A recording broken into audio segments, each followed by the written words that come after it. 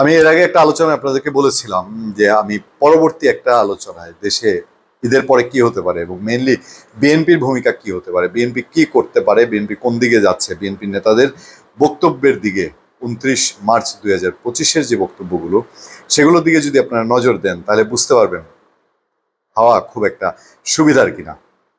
কারণ হচ্ছে বিএনপির নেতারা সারা দেশে বিভিন্ন জায়গায় বিভিন্ন প্রোগ্রাম বিভিন্ন কথা বলেছেন। এর আগের দিন 28 মার্চেও বলেছেন।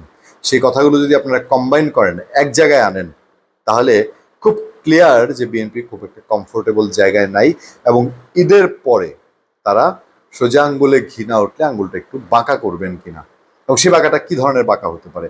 আমি এর আগের দিন আপনাদেরকে এইটুকু ক্লিয়ার বলেছি, চূড়ান্ত কোনো বিরোধে বিএনপিও অন্তর্বর্তী সরকারের সাথে, অন্তর্বর্তী সরকারও বিএনপির সাথে যাবে না। এটা অনেক দূরের হিসাব, কিন্তু আপাত দৃষ্টিতে এখন পর্যন্ত পরিস্থিতি আছে। কিন্তু থাকলেও ঈদের পর যেই একেবারে সাম্যের অবস্থা দেখেছিলেন সেই কথাগুলো চেঞ্জ হতে হতে একটু কড়াকড়ির দিকে যাচ্ছে কিনা। আমরা কয়েকটা খবরের দিকে একসাথে একটু নজর দিব, ছোট ছোট করে খবরগুলো জানলে আপনাদের বিষয়টা বুঝতে সুবিধা হবে। দেখেন, প্রথমেই আমির খসরু মাহমুদ চৌধুরী তিনি বলেছেন, তো আপনারা শুনেছেন যে সরি টু সে যে সংস্কার আপনাদের কাজ না, মানে এই সংস্কারের কাজ, এই সরকারের কাজ সংস্কার করা না। আমির খসরু মাহমুদ চৌধুরীকে শেখ হাসিনার সময়ে, আওয়ামী লীগের সময়ে প্রচণ্ড বিএনপির নির্যাতিত এবং বিএনপির স্পোক্সম্যান, জেল খেটেছেন অসংখ্যবার। সে আমির খসরু মাহমুদ বলছেন শেখ হাসিনার মতো আরেকজন নেমেছে জনগণের ভোটাধিকার কেড়ে নিতে। সেই আরেকজন কে? বিএনপি স্থায়ী কমিটির সদস্য আমির খসরু মাহমুদ চৌধুরী বলেছেন, দেশে কিছু শক্তি আছে যারা জনগণকে ভয় পায়, যাদের জনগণের উপর আস্থা নাই, যারা নির্বাচন ব্যবস্থাকে ভয় পায়, নির্বাচন যেতেও ভয় পায়, কারণ তারা জানে নির্বাচনে গেলে পরাজয় নিশ্চিত। নির্বাচনে তাদের যে ফলাফল আসার দরকার সে ফলাফল আসার সম্ভাবনা খুবই কম। তারা শেখ হাসিনার মতো ভোটাধিকার কেড়ে নিয়ে ভোটকে বিলম্ব করছে। এবার বলি মূল কথা। দেখেন, বাংলাদেশে ভোটাধিকার দীর্ঘদিন ধরে বঞ্চিত। হ্যাঁ, বঞ্চিত কে করেছে? শেখ হাসিনা করেছে, আওয়ামী লীগ করেছে, তাই তো? এই তো মূল বক্তব্য 2014 সালে করেছে, 13 সালে করেছে।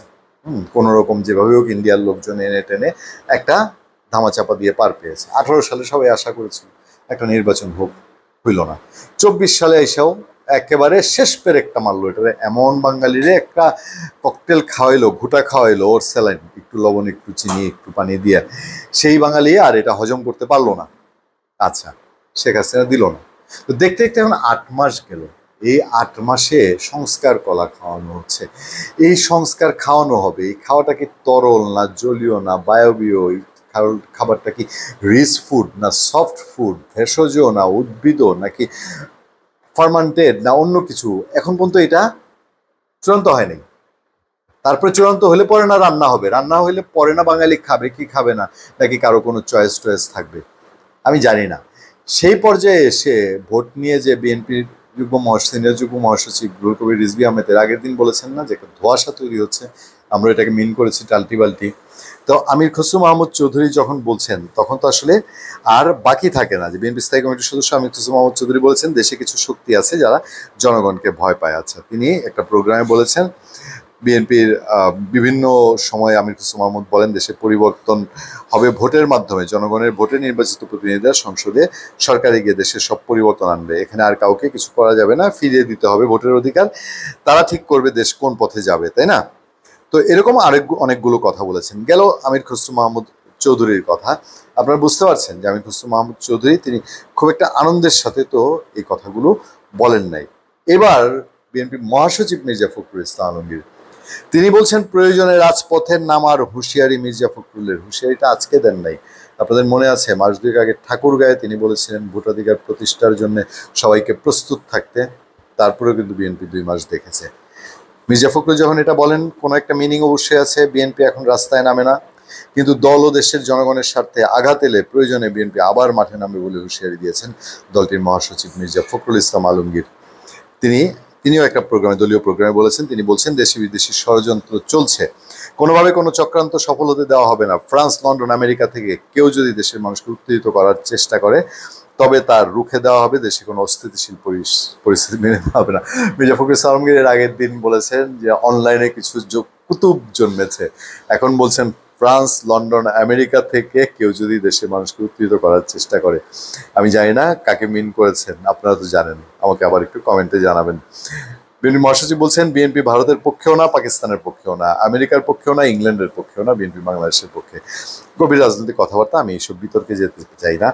এবার শেষ পর্যন্ত আসেন বিএনপি সিনিয়র যুগ্ম মহাসচিব রুহুল কবির রিজভী আহমেদ। আগের দিন তিনি যা বলেছেন যে নির্বাচন নিয়ে টালটিবাল্টি চলছে। ওনার আরো কয়েকটা জায়গা খুব গুরুত্বপূর্ণ, দেখেন। হেডলাইনটা পত্রপত্রিকা করেছে যে মুরাদনগরে একজন উপদেষ্টার কথায় সেখানকার এসপিওসি রা উঠা বসা করে। এর একটা গভীর বক্তব্য আছে রুহুল কবির রিজভী আহমেদের। প্রথমে তিনি বলছেন, রুহুল কবির রিজভী আহমেদ তিনিও একটা দলীয় প্রোগ্রামে ঢাকার বাইরে অন্তর্বর্তী সরকার সংস্কারের কথা বলে নির্বাচন নিয়ে জনগণের সাথে লুকোচুরি খেলা করছে। একবার বলছে জাতীয় সংসদ নির্বাচন ডিসেম্বরে, একবার বলে মার্চে, আবার বলে জুনে হবে। কেন তারা এমন করছে তা আমাদের বোধগম্য নয়। আগের দিন এই বিষয়ে আপনাদেরকে বলেছি। এরপর তিনি বলছেন যে কুমিল্লায় মুরাদনগরের একজন শক্তিশালী উপদেষ্টার কথায় সেখানকার এসপিওসি সহ প্রশাসন উঠবস করছে। বিএনপি নেতারা ফোন দিলে ওসিরা ফোন ধরে না। তার চেয়ে গুরুতর, সেখানে সে উপদেষ্টা নির্দেশে বিএনপি, যুবদল, ছাত্রদল নেতাদের পবিত্র ঈদের প্রাক্কালে গ্রেফতার করা হচ্ছে। এই সরকার তো নিরপেক্ষ সরকার, অথচ তাদের নির্দেশে বিএনপি নেতাকর্মীদের গ্রেফতার করে কারাগারে পাঠানো হচ্ছে। পরিস্থিতি এমন পর্যায়ে পৌঁছেছে যে হাসিনা সরকার ও অন্তর্বর্তী সরকারের মধ্যে কোনো পার্থক্য খুঁজে পাওয়া যাচ্ছে না। কয়েকদিন আগে আমি বলেছিলাম, অন্তর্বর্তী সরকারের 6 মাস যাওয়ার পর, আওয়ামী লীগ নিধন কার্যক্রম শেষ হওয়ার পর কেউ কেউ বলছিলেন যে সেই নলটা একটু আওয়ামী লীগ থেকে বিএনপির দিকে ঘুরে যায় কিনা। ধন্যবাদ সবাইকে, ভালো থাকবেন, সুস্থ থাকবেন। সত্য, করোনা এবং সহনশীলতার সাথে আপনাদের সাথে আমি আতিক রহমান পূর্ণিয়া।